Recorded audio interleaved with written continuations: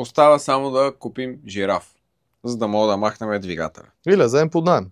Holy look at all this damage! Аха, да. Аха, да. Не там. Тук. Добре дошли. Предния клипът с Сузана, където бяхме, почнахме да сваляме задния джам. Обаче, не пожелавам на никой да има такива съседи като нас.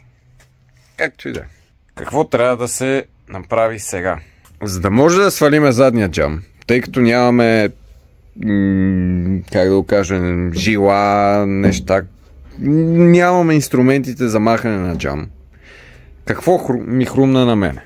Трябва, така иначе ще се разглабя всичко от тук.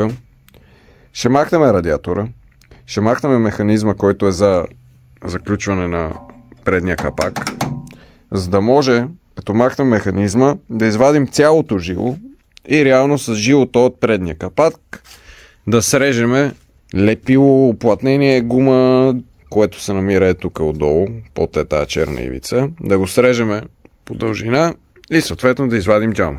И след което започваме да се занимаваме с разкачането на всичко от двигателя, защото тук идват кабели също, а когато освободиме кабелите от двигателя, съответно бушоньерата ще може да извадиме цялата без проблем, тъй като вътре от купето знаете, че кабелите са тотално разколачени, съответно никъде няма вързани кабели. Започваме с радиатора, така и че трябва да се свали, поне да си освободим повече място, махаме маркучи, радиатори, трето, пето, шесто и се връщаме на джама.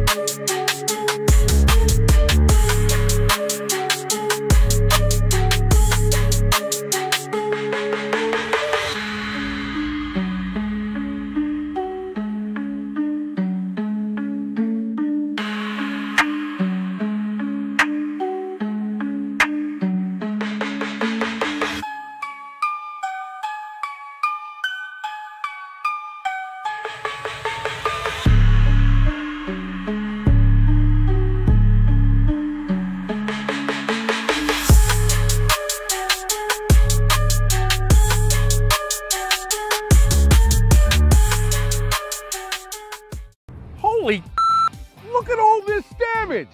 Реално трябваше да свалиме джама по нормалния начин, но... Шо щупи джама, бе, ут? Джама се пръсна. Да.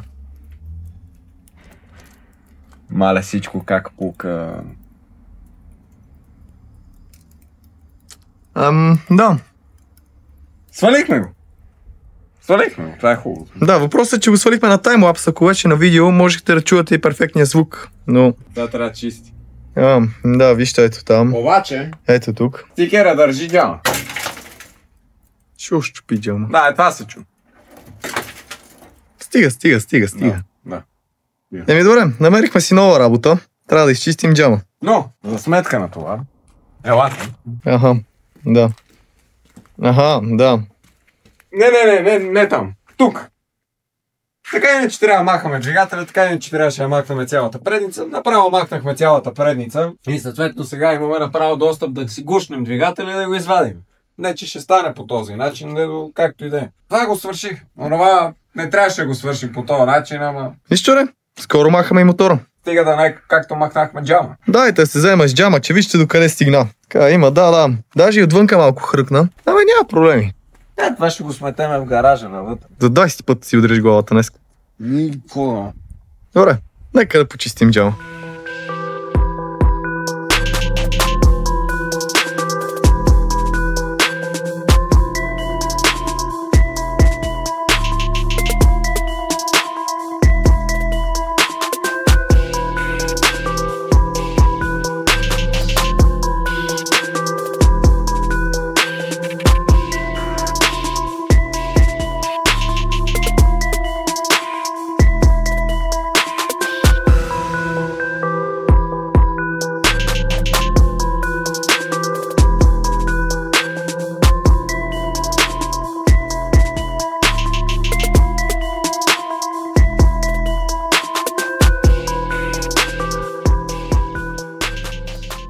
Many hours later. Следващ ден. Вчера, снощи, спряхме да снимаме, изчистихме всички стъкла, както виждате. Чисто е, даже отзаде, купето, няма проблеми. По-чисто от преди даже. Обаче, днес започваме тежката и гадна работа. Това нещо трябва да бъде извадено. А за да бъде извадено, съответно трябва да откачим абсолютно всичко. Т.е. кабели, мабели, маркочета, неща, които не отиват от мотор в мотора, отиват от някъде в мотора. Така че започваме. Не ни се прави това нещо, но трябва да го направим. Един въпрос. Как ще излезне мотора? Ще го мислим в движение, ние така не обичаме на фристайл да го правим. Не знам. Ще го измислим. Как ще излезне. Но трябва да излезе. Да. Какво да? Още е там. Започваме. Направи така и да изчезне, давай. Още е тук.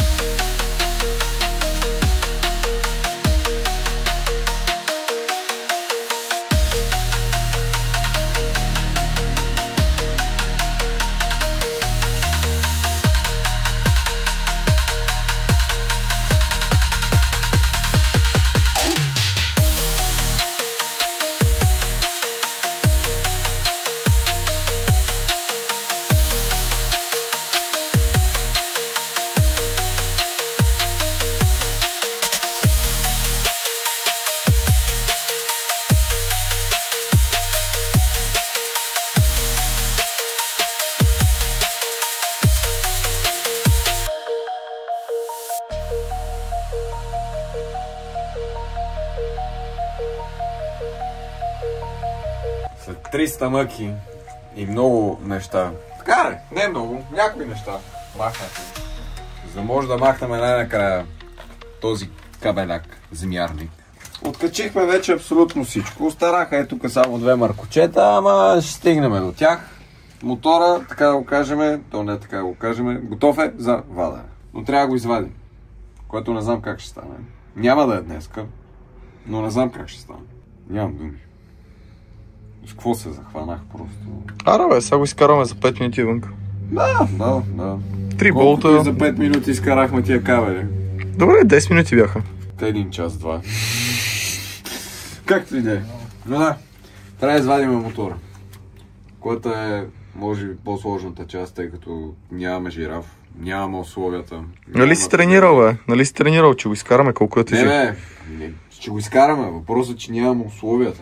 Другото е да го вържеме тук за стената и с нещо да дръпнем цялото БМВ, направо го изкубем. Закачаме го с моето БМВ и ще излезе. Да. Става. Може би. Не може би. Сега ще си поиграем да извадим тази бушонера с целия сноп, който е отвътре. Който го знаете вече, няма какво да го снимаме. Поне да знаем, че тотално няма кабели. Да. Точно. Поне да знаем, няма кабели, купето отвътре е гол. Освен трябва да източим резервуара и да махнем помпите. Но има време за това. Така че да действаме.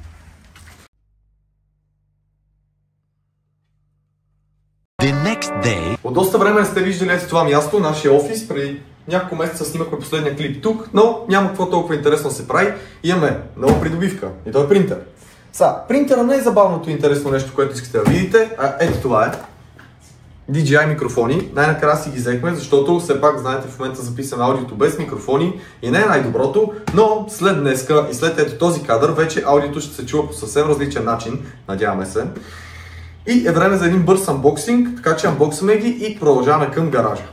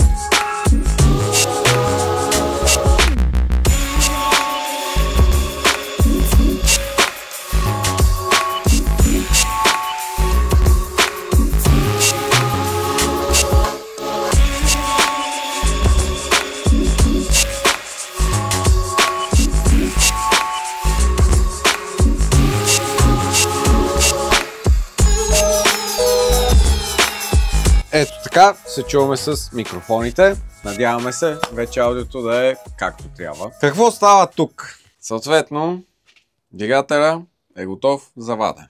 Има две маркочета ето там, както казах. Остава само да купим жираф, за да мога да махнем двигателя. Или да вземем под наем. Или да вземем под наем едно от двете, то още не сме го измислили. Къде ще го сложим този жираф? Кажи ми. Къде? Казахте стойки на тавана. Само това остава. Възползваме се от мястото колкото можем. Добре, ще видим, ще преценим. Да. Това остава от тази кола. Близкото бъдеще мотора ще бъде изваден. И кабелите. Добре, кабелите, нали разбрахте? И всичко отвътре. Както и най-вероятно следващия клип трябва да източим резервуара. Съответно да махнем помпите, да махнем резервуара. Абе, има си много работа още по тази кола. Те първа започваме, така да го кажа. Тук от 4 цилиндъра трябва да стане 6. По принцип бих сложил 12, но нямам място. Ще го напаснем, това не е проблем. Да, DIY амортисьор. Стойка. Почти 90 градусов ъгъл. Чакам 75 някак. Има ъгъл. И за сега има ъгъл и тук, ама... Абе, гума нещо ми изглежда малко спаднала, май трябва да се понапомпа, че като гледам... Как? Държи. Добре, бе, държи. Държи. Има още някакъв въздух в нея. Не е на джанта земя. Вътре още змиите са на лице, но скоро ще изчезнат и те. Другата седмица продължаваме. Благодарим на всеки един, който е гледал, който ни е подкрепил за това цялото време, за да може ние да дигаме качеството на клиповете с тези микрофони, защото пари са си. И така, лайк, шер, сабскрайб и се виждаме в следващия клип. Ай!